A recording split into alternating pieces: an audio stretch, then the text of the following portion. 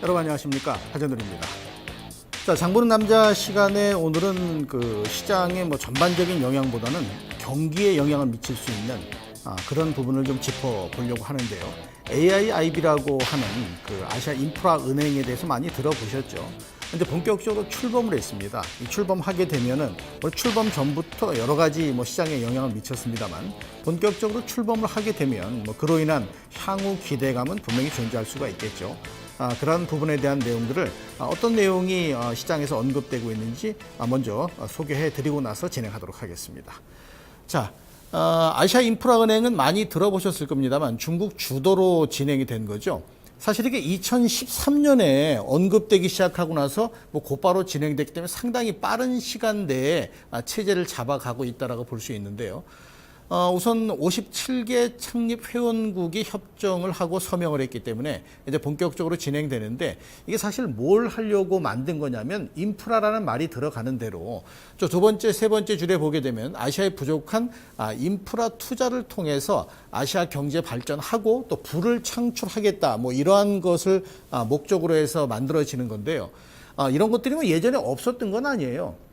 또 좀 이따 말씀드리겠습니다만 ADB라는 것도 있었습니다만은 주도를 중국에서 하고 있다. 이게 좀 차이가 있는 부분이고, 아마 이제 다른 것들은 인프라 외에 교육도 들어갑니다만 인프라에만 집중적으로 언급되고 있는 부분이기 때문에 인프라 투자를 목적으로 하기 때문에 향후 아시아 시장이 상당 부분 인프라 시장이 커지면서 관련 종목들의 상승, 또 관련 기업들의 이익 창출에 큰 역할을 할 가능성이 크다, 이렇게 볼 수 있는 부분이죠. 자, 그러면 이 아시아 인프라 개발 은행이라고 하는 거 앞서 말씀드린 내용을 그대로 보는데, 저 밑에 보면 건설을 위한 재원 마련인데 어떤 건설이냐?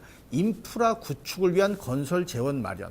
그러니까 인프라, 도로도 놓고 통신도 할 거고 또 전기, 전자 이런 관련돼서 전력 시스템도 할 거고요. 기본적인 사회 기반 구축을 강화하는 아시아에 있는 나라들을 대상으로 진행할 수 있는 게 바로 AIIB다, 이렇게 보시면 되겠는데요. 이게 이제 중국을 중심으로 진행이 된다고 했어요. 최근 중국이 무서운 속도로 경제가 발전되면서 세계 시장에서 차지하는 비중이 엄청나게 크죠. 과거는 세계의 공장이다라고 했던 부분에서부터 이제는 본격적으로 그런 것을 뛰어넘는 상황으로 가고 있는 나라가 바로 중국이고, 이 중국이 집중적으로 끌어가고 있는 부분인데요.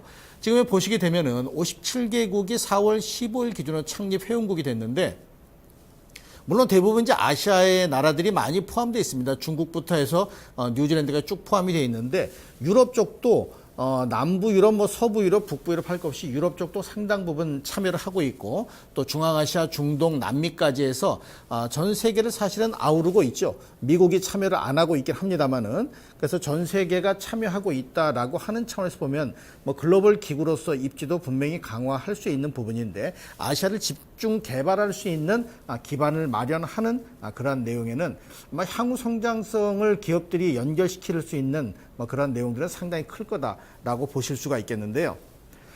다음번 화면을 좀 보시게 되면은 이게 지금 그 아시아 인프라은행에 가입한 나라들의 지분이 표시되어 있습니다.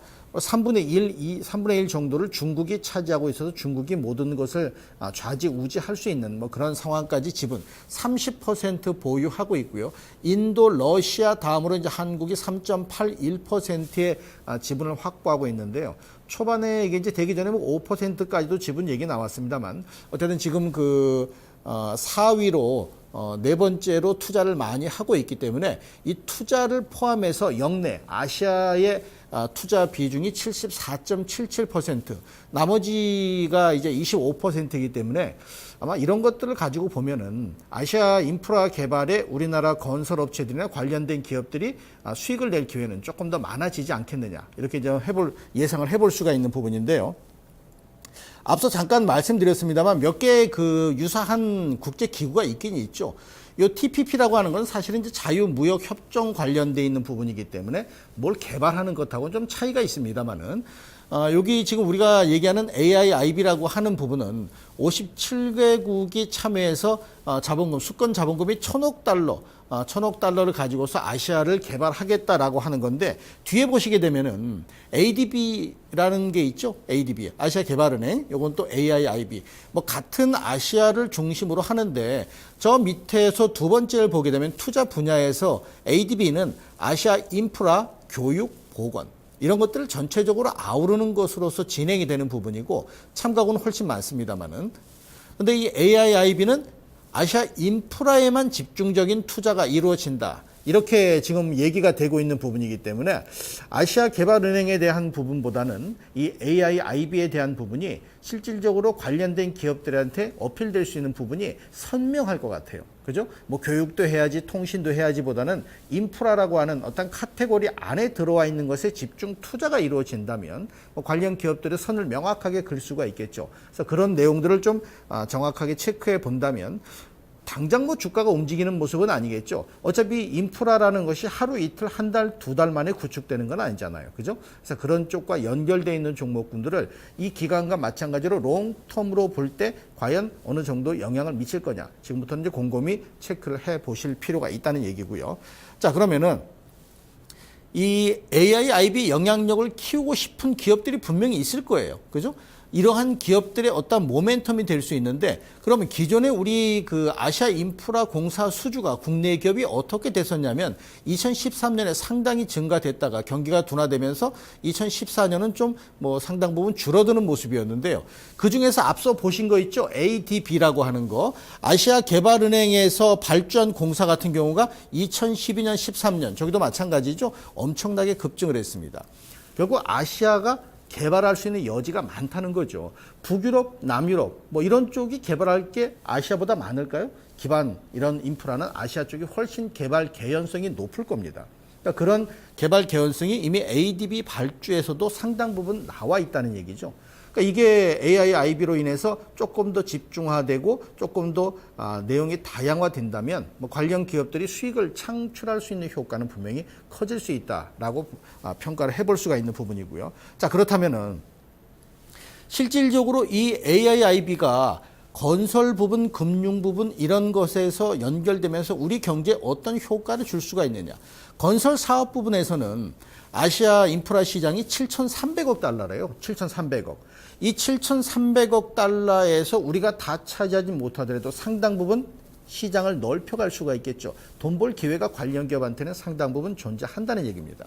금융도 마찬가지가 될 수 있는데 한중 협력 부분이 의미가 있죠. 우리 초반에 여기에 참여할까 말까 결정이 안 되는 시점에서 과연 중국과 관련되어 있는 부분을 무시할 수 있겠느냐는 그런 의견이 상대적으로 강했던 것도 우리 경기에 영향을 미칠 수 있기 때문에 뭐 그런 부분에서도 얻어질 수 있는 프로핏이 분명히 존재한다는 얘기죠. 자, 그러면 어떤 종목들, 물론 많은 종목들이 거기에 연결이 돼 있습니다만은 여기에 아시아 관련되어 있는 부분에서 건설, 교통, 통신, 이게 바로 인프라를 대변할 수 있는 부분인데 이 인프라 시장에서 커질 수 있는 종목들이 뭐 우리 상장된 기업들 엄청나게 많겠죠. 자, 그 중에서 중요하게 몇 개만 좀 셀렉트를 좀 해보게 되면은요. 현대 로템은 아시는 대로 요거는 뭐 철도 관련된 기반 시설이 필요한 거죠. 철도 레일 관련된 부분도 있을 수 있겠습니다만 철도 관련된 부분, 그다음에 건설 부분 두 종목을 올려놨는데요. 자, 현대 로템부터 어떤 내용인지 좀 체크를 해 보도록 하겠습니다.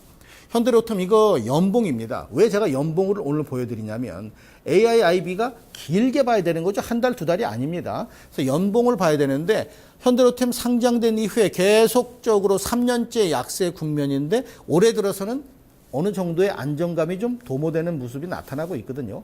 그럼 그런 쪽에다가 뭔가 하나 실어준다면 그게 모멘텀이 될 수가 있는 거죠.